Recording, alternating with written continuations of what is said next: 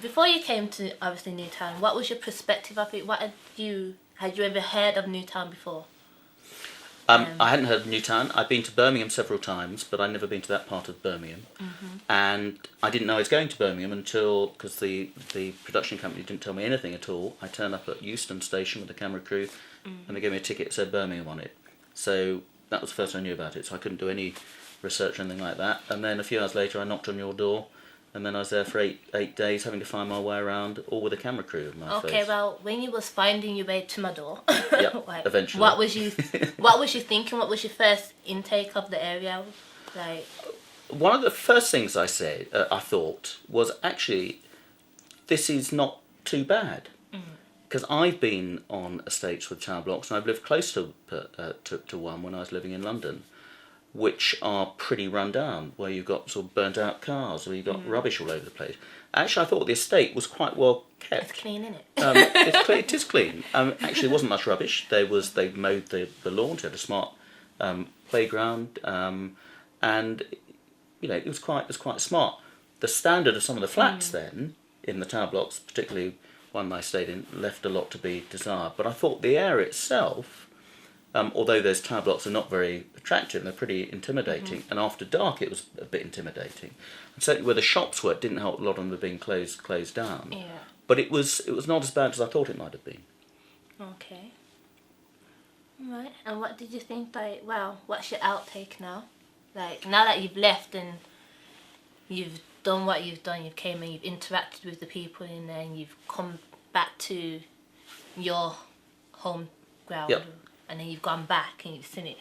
What did you think? Have you feel that anything kind of like changed? Did you see any change within the? I found several things. I found that St George's Community Centre is brilliant. Bob Tyler, who runs it, is fantastic. He is making a hell of a difference there. What I was amazed at, though, how few people knew about it or used it, living, a few yards away from it. And I thought it was really symbolic, and it comes out again on the film.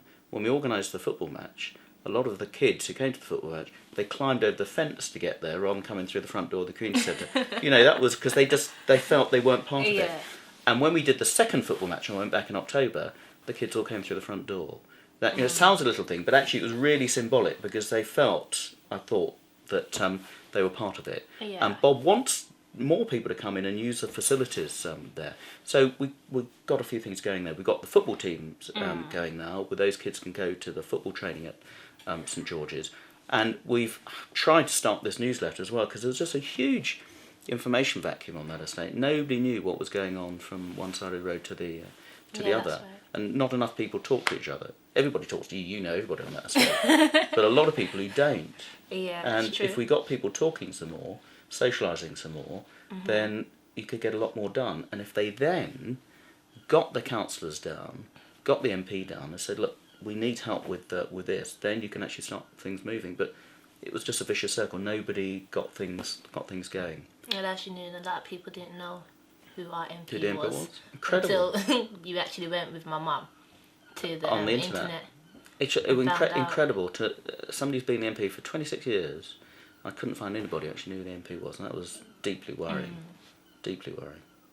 You're going to be the MP for Newtown before long. That's what you think.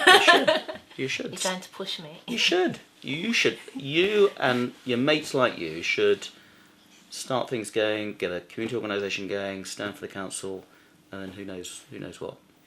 Because you've got some oomph, you can do it. Oh, thank you, Tim. But have baby number 2 first, and then think about it. Right? Okay. All right? Yeah, that's fine. Great to see you again. Nice to see you too. Okay. You look well. You look pretty well too.